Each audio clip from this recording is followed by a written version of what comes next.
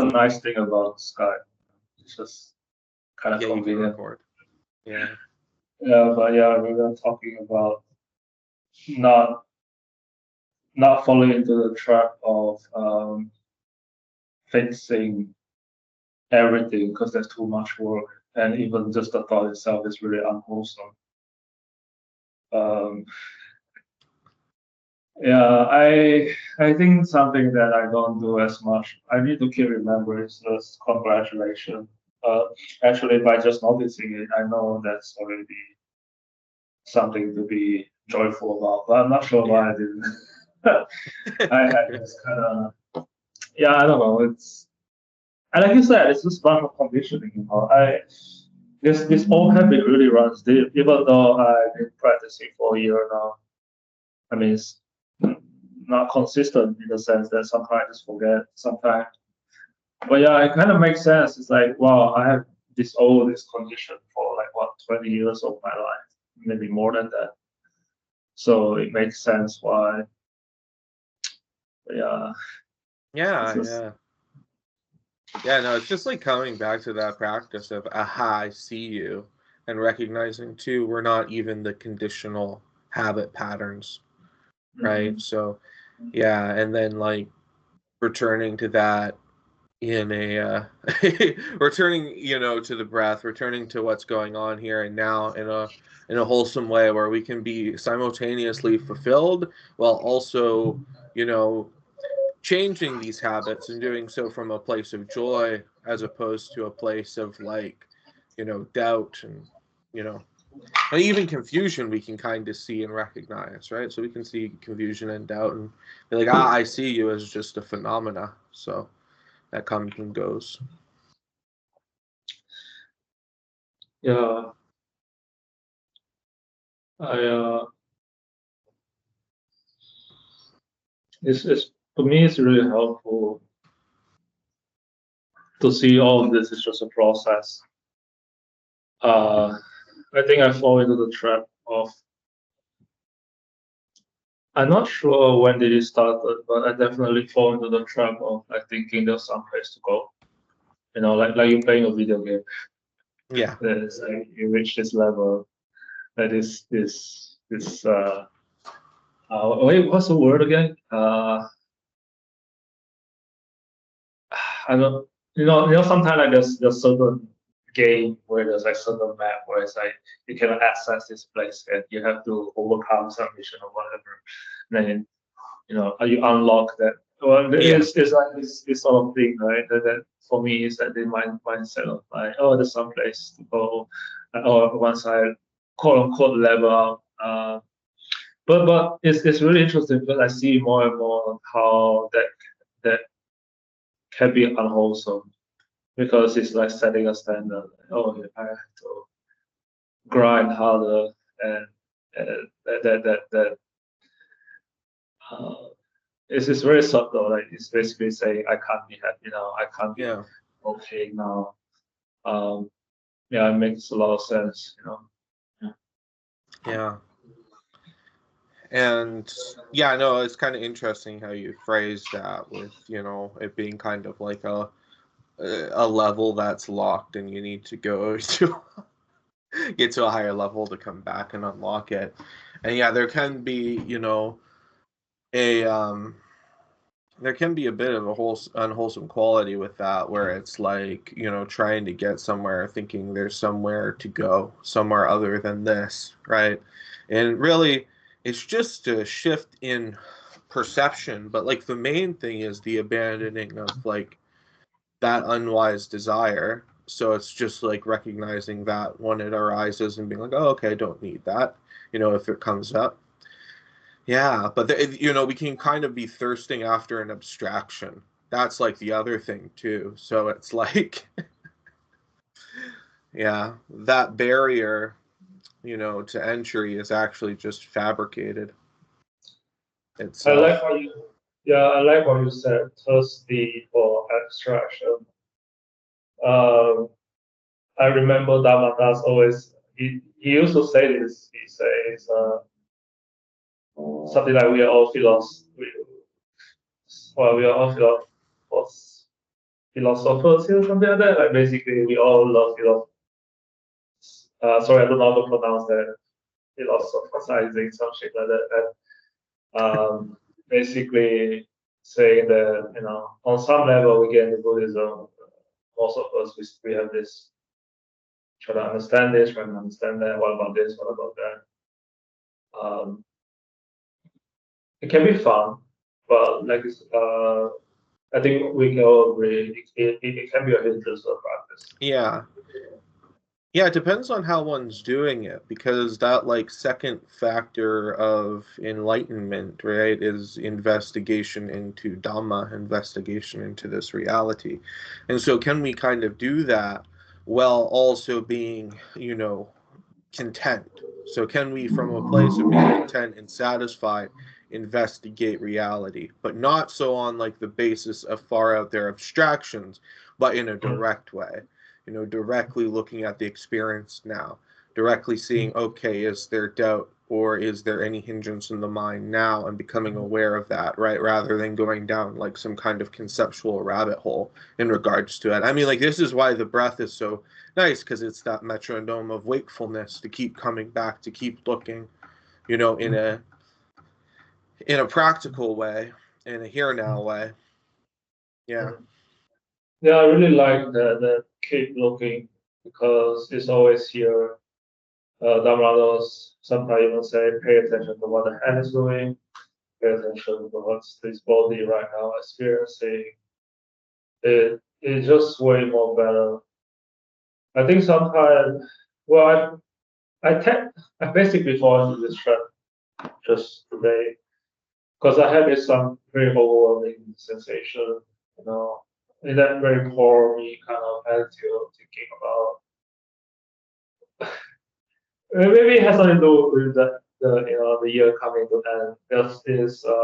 The mind is somewhere thinking about all the time I messed up, all the mistake I have done, and it's so tricky, It's the reflection. Maybe I just do it wrongly, but the way I see it, it's this one thought away to go into the unwholesome, just criticizing, self-criticizing, even though it seems like this very beautiful illusion of like, oh, well, it's not criticized, just look at it objectively, but I don't think so. Because I feel like if it's objective, I shouldn't feel bad, because objective is, basically saying not to be influenced by your feelings and emotion. But anyway, I was. Yeah, I mean, when it comes to like feeling bad or good or uncertain, right, whether you feel bad or good, I mean, like, again, I've noticed it to be helpful here to, again, to see those things and not be, again, averse to them. So if we become averse to the feeling tones, it's going to amplify them, and it's going, or we crave for them, right? There's an issue, right? Yeah. So it's like becoming aware of the feeling tones, and then like, okay, if there's disliking, be aware of that, but not become averse to it. Just be like, oh, okay, disliking has arisen, like, there it is. And also with that, then we break it down to like, oh, okay, well, really, there's just this sensation, there's this pressure, there's, you know what I mean? Is it, the different forms of it, right? And it's not, normally it'll like disappear quite quickly, or if it stays, it's not that big of a deal, because we recognize, oh, there's pleasure over here, right? And so this is the thing too, is like the wholesome sort of pleasure that we can experience, is kind of, this mental pleasure as well, right? So it can bleed over to the body, where the whole body feels quite lovely, but just this like little tiny bit of disliking can change, right? So all these things, like, can be subject to change, right? So even the disliking, right, is subject to change. So in there can be insights. We can be like, oh, okay, glad to see you, unpleasant feeling, right? It's starting to change. It's still something I'm working with, Over here in my practice, I definitely see a lot of success in just being friendly with while verse to like, oh, hello, Dan is my old friend. I've seen a lot of success in that, But yeah, I'm not sure why, like recently it has been kind of difficult. But yeah, it's really nice to hear you reminding me of that. But yeah, I'm not sure why it's kind of difficult lately. I'm not trying to say oh it's going to be difficult tomorrow or later. I feel like it's when I'm reminded of this, I know what to do now. So that's Yeah. something to take in light with, like how Dhamma will say, when I relieve, I don't have to care about, I don't have to think about it right now. Yeah. Yeah. Like, is there any kind of like environmental thing that's like coming up with Yeah. why it feels difficult, or? It's not environment, I would say, it's just memories, It just have to do with memories. Because Yeah. this is something from the past. Just thinking about and feeling sorry for myself. Yeah, and that's sort of the thing, right? Is like recognition of that feeling sorry for yourself, right? That sort of selfing can be, well, at least with this practice, and I mean, it's for us to really understand how holding on to that self is, dissatisfying, how it is painful. And so being able to see that, and rather than, I mean, can we become more objective with that? Notice how that sort of selfing process in itself is impersonal, you know even that which gives rise to the self is impersonal. So it's all just this impersonal process. However, when we wake up, we can still put in like the right amount of effort to make that wholesome change again and again. It's just though, I've kind of noticed that here, where there will be points where, because of whatever's processing, it might be, a little bit more shaky or what have you, but then that's the time to be like, oh, to really wake up and to sometimes put in the right effort to really to change. At the same time, there can be times where it's like, okay, it's just time to relax and take it chill, and just kind of like ease into chilling out, right? So yeah. I like how you say it's impersonal, because I know that's true. But again, I guess I'm just questioning myself. Why I kind of forget that. But yeah, it's just craving is impersonal, feelings are impersonal, what you see is impersonal. Even forgetting about it is kind of impersonal because it's just a habit, like a habit of Yeah. forgetting. Um, Yeah, even the oh, yeah, sorry. sorry, go ahead. No, Yeah, go I was ahead, go going to ahead. say, even the will, itself is impersonal, right? It's all just nature. It's all just Dhamma playing out. But we can become again, so it's impersonal, but that doesn't mean that, will can't be enacted, right? So we can still, there's still enough will, there's still enough to, give rise to this where we can make a wholesome change, right? But again, it's also making that wholesome change is also, goes back to continuing to remember to be aware, right? So this continual awareness, because there's only really that will or free will when we remember to pay attention, right? So Yeah, I agree. Yeah, it's just like it's waking up, waking up. Here's the funny thing is,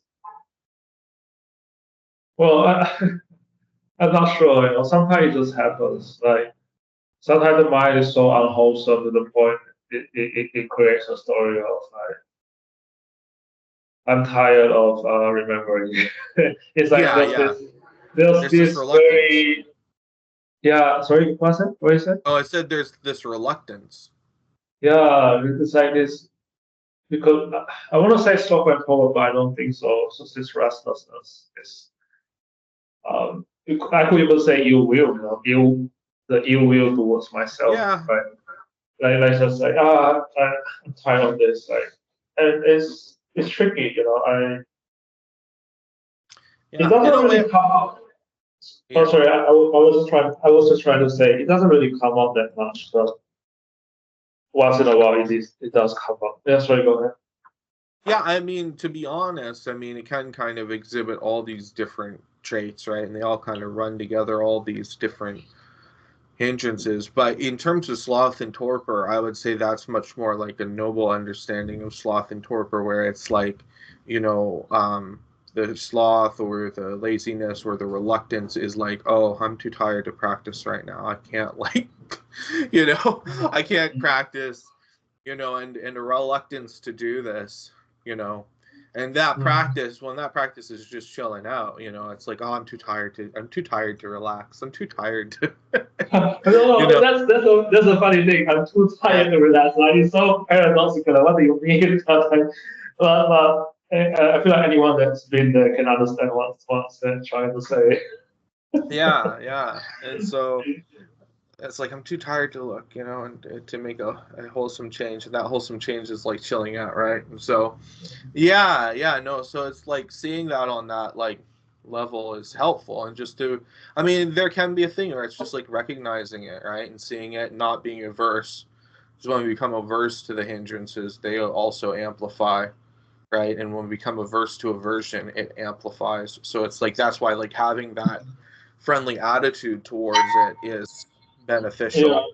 Yeah. And by friendly, I don't mean like that we fall in love with these things and we're like, oh, I need to carry it around. As soon as we say, oh, this is my aversion, this is my greed, and all that stuff, we're already starting to fabricate, this I, me, and mine, rather than seeing it as this impersonal thing, right? We will make it, and then we'll start to concoct whole stories, and it can very much lead to like this loser's mindset of like, oh, poor me, I have so much aversion, I have so much this, and rather than being like, oh, okay, we can see these things clearly and abandon them because they're not really of value. Yeah. Like Dhamma told me, he said, hindrance. I was like, because I was asking him, should I see the hindrances as a friend or an enemy? And then he said, a friend that needs to leave. Yeah. Yeah. I was like, okay, that's really nice. Yeah. Basically, a friend, and I showed him the door. Hey, not now. Yeah. Actually, yeah, even saying not now can be so powerful because sometimes I get into this. Well, it's just my old habits, This is like, like ready to fight, Yeah. like these monsters that I'm gonna kill you, and then it gets so worked out. This self gets so worked out, so and then like trying to go to war, but actually it's just not now. Um, yeah, because I make a story of like it has to go away permanently, or at least something like it has to go away for a extended period of time. And I make it difficult for myself when actually maybe the wholesome is like, not now. It's just not now. Yeah. So yeah, I forgot of that. Yeah. Yeah, no, not now can be helpful. Like, yeah, don't need to worry about that right now. Even it's a lot, sometimes I would say, easier to kind of go into that, right? Instead of like an absolute, right? But just being like, no need to worry about that. Yeah. I I basically see the similarity of what Dhamma is trying to tell us, remind us about the wholesome change, like seeing the box, seeing that what about this, or seeing what questions uh, be so um, awake that you could see the danger in that sort of thinking, or because well, I was reminded of there's a Christian saying in Jesus say in the Bible, like, well, I can't think of one specific phrase, but there's quite a lot where someone was worrying about something and he basically said not to worry. And it's like very,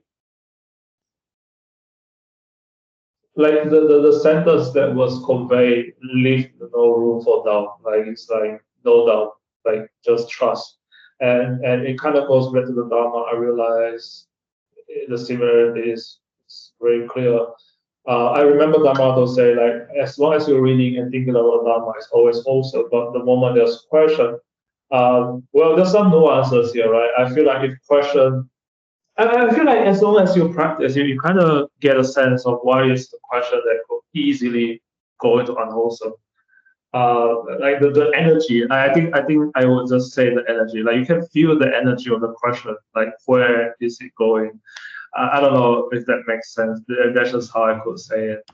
Because there can be playful kind of question, like oh, what is this word really mean? Or I wonder what is it really trying to say? But the question that's like, what about this? Or like, oh, but I don't have this. Like this, it creates this anxiety. But yeah, I don't know. Yeah. Yeah, it's like, how does one question? And is it more like an investigation, or is it coming from this need to know and this massive sense of doubt, right? So like where, the investigation, it's kind of like what I talked about before, is more like, what's kind of more like currently happening in a practical way, investigating. And a wholesome way can be like, oh, okay, what's the body doing right now? Right? And then directly looking and being like, oh, okay, sitting, breathing, that sort of thing, right?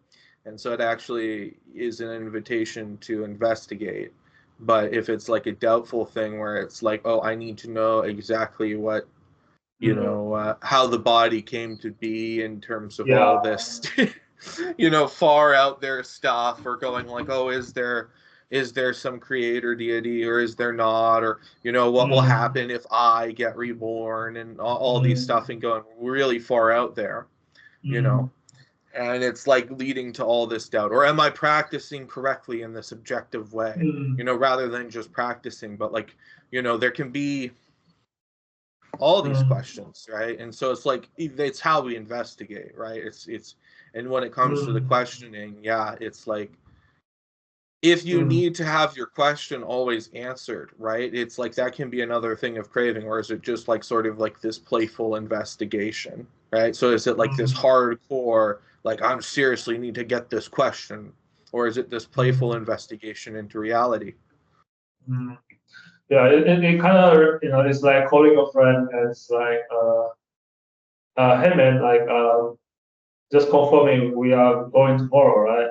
Okay, see you. It was just like, you're going tomorrow, right? What time could that be? Like, should I bring this, should I bring that? Oh, why did that happen? Why did this happen? It's like, even if the question is answered, you're not eradicating that fear, you're not eradicating the source of where this is coming from. Yeah. Um, which, Yeah. which, yeah, sorry. Yeah, no, that's kind of interesting. Yeah, like investigating where it's coming from. Is it coming from this craving? Is it coming from this fear? Right? And so, yeah, really investigating and seeing that.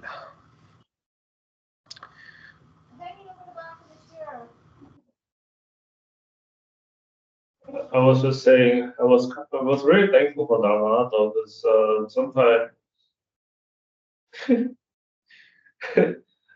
sometimes it doesn't really answer my question. I think I never really asked why, but I feel like he kind of sees that the place where I was asking for is unwholesome, and maybe because he see that he's trying to give me like combat right here right now. It's just very interesting because I've been seeing more and more how. I mean, I'm grateful if he can answer it. It's just gonna give me. It's just feeding that part of me. Yeah. Yeah, coming back to that, wholesome quality of, oh, I don't need to have any of my questions answered. Don't need to question. I can just sit here and enjoy, right? So Yeah.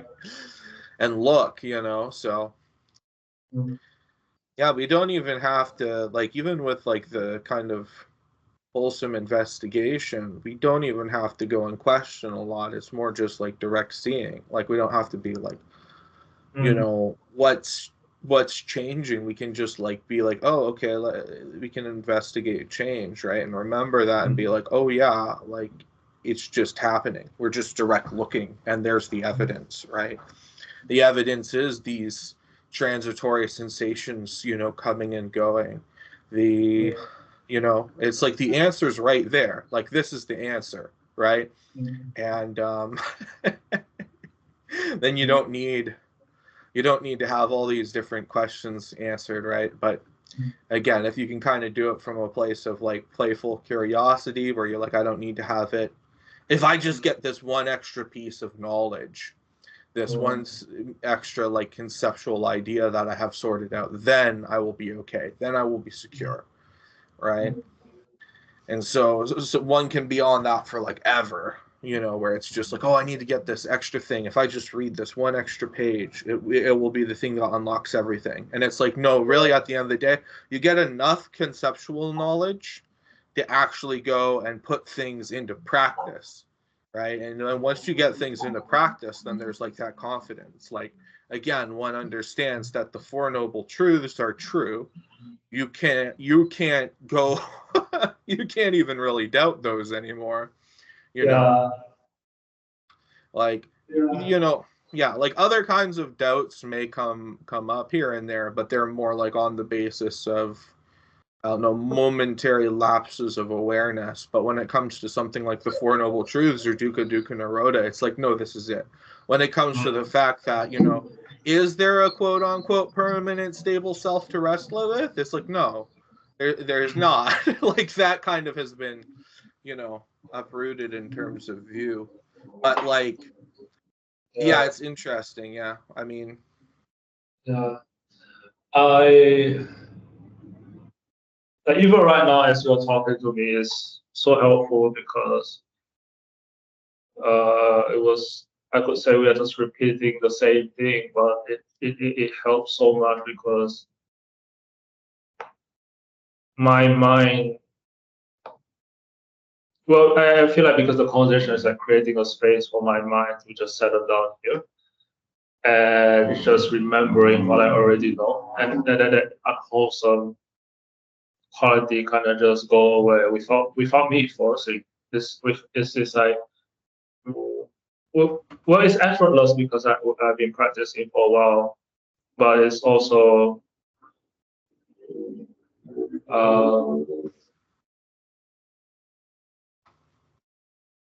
I don't know. I feel like the word comes to mind is the feeding. Like the Buddha said, everything needs food, right? Our unwholesome quality needs food. The habit needs food. When you starve it, not try to pay too much attention. Like Dhamma always say this: mind over matter. If you don't mind, it don't matter. I feel like that's basically what happened here when I was talking to you.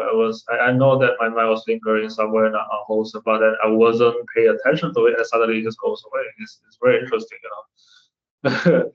very, very interesting.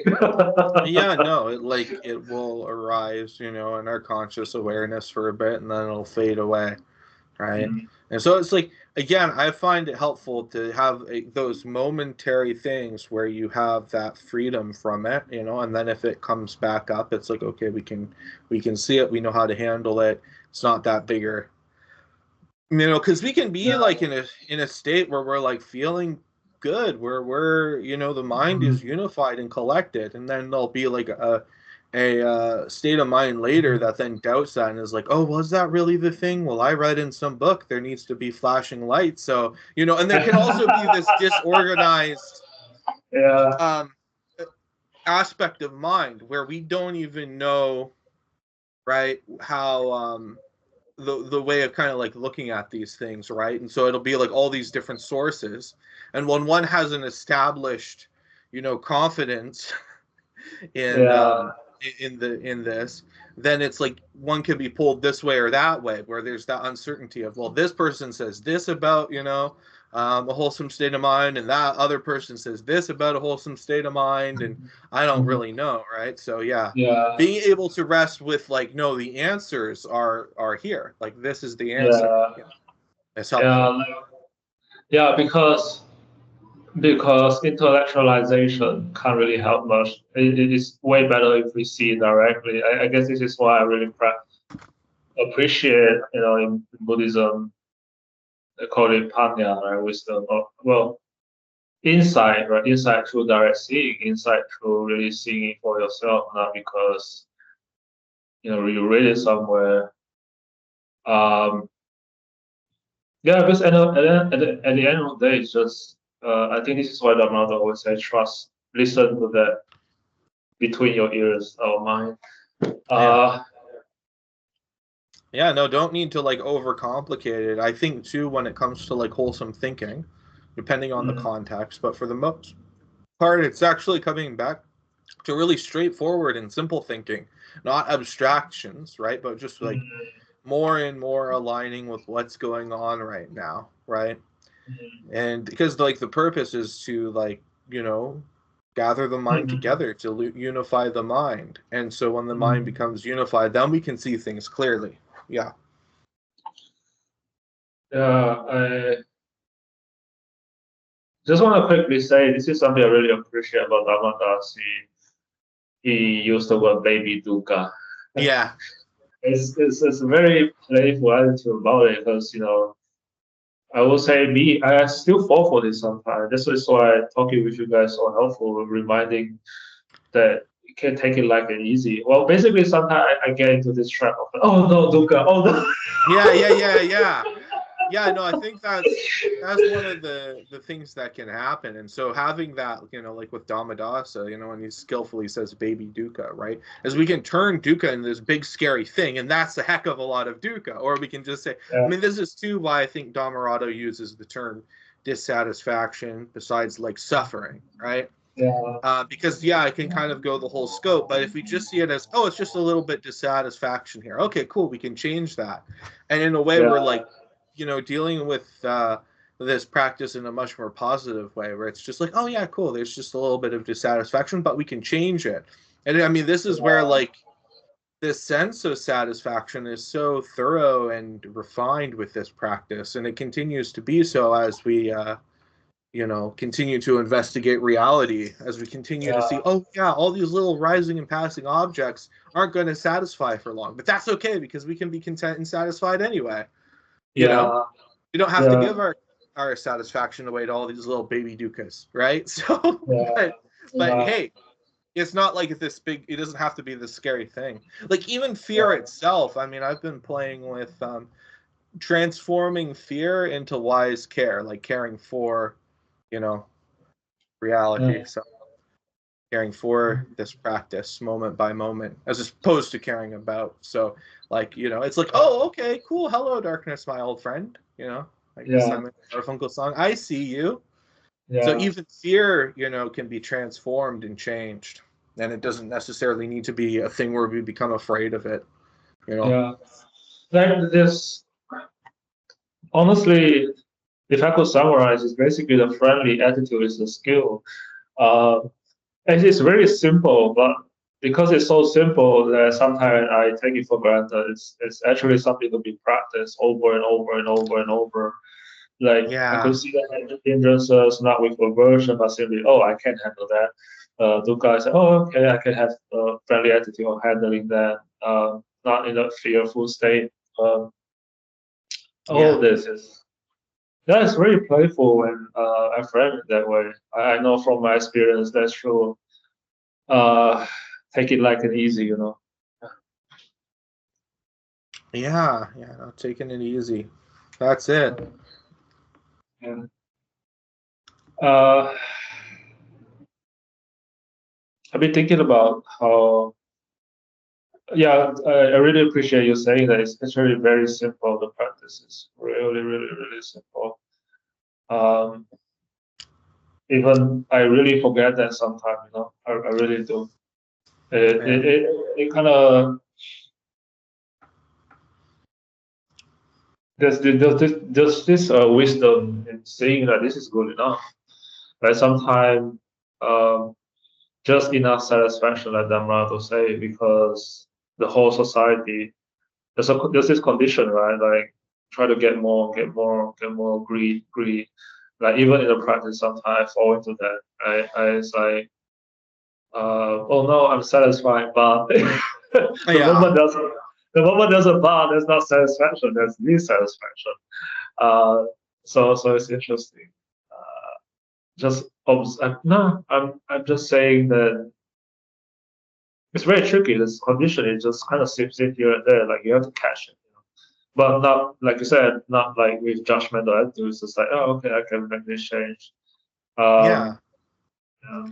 That's why that congratulations can be quite beneficial in working in with like that nurturing attitude, you know, just being like, oh, congratulations, you know, that scene, awesome, you know, cool, you know, and then, wow, I can really just return to what's going on here and now in terms of like, you know, attention. So, wow, having that can-do attitude, right? Of, oh, yeah, I can be satisfied right now, right? Yeah. I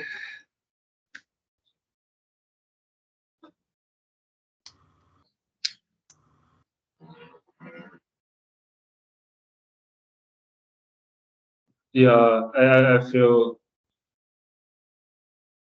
basically it's just not much question. I can understand that if there's a question, it's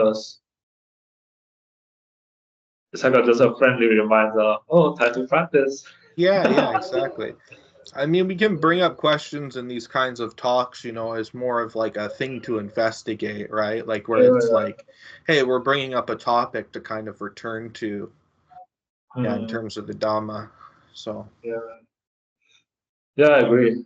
Thank you for saying that. But I was just basically referencing on, I'm just reflecting on how today I had so much question. You know, like the mind doesn't stay still. You know, yeah, it's like I was really trying my best to staying calm, and then the mind goes, oh no, like what's happening? We did this right, we did this right. Why, we did relax correctly? Why is there so much pressure? Where is this coming from? And it just the mind just keeps spinning and spinning and spinning. It doesn't stop. It's like, oh, I'm so tired. What am I doing wrong? Sometimes it happens. It gets rarer now. That's one thing I can say with confidence, but it still happens. So it's kind of funny. So it's just like, yeah, when you see it, recognize it and be like, oh, okay, yeah, I see you. And it's also, remembering its impermanent nature, right? Because you can't really deny that as the thought shifting between this and that. Like, oh, yeah, I know. And then it kind of breaks it up. Recognizing, oh, all this is dissatisfying. All this wondering and, like endless questioning. It's like being like, oh, wait a minute. No, but there was an end to it, right? There was right? But then, the issue is when we color past experiences and we're going like, oh, well, that wasn't really, resting, because it's not like as good. I want it to be better, right? And we're concocting all these different colorings now, right, of some past idea that we had, rather than just being like, oh, okay, I see you, and abandoning it. Yeah. This constant abandoning, it's so interesting because I know it's just word, but I really come to love the word abandoning. You know, I think I'm not sure, but I have a feeling if ordinary people outside, that doesn't practice the Dharma, abandoning can sound really harsh. It sounds like, what do you mean? This is my pain. This is my story. And then they don't see that it's actually very burdensome. Yeah, it's very freeing. Like that's the thing, and that's what kind of pushes sometimes me to understand more. Is like if there is like that do go to the point of suffering, and it's just like, oh wait a minute, no, but there is a way out of this.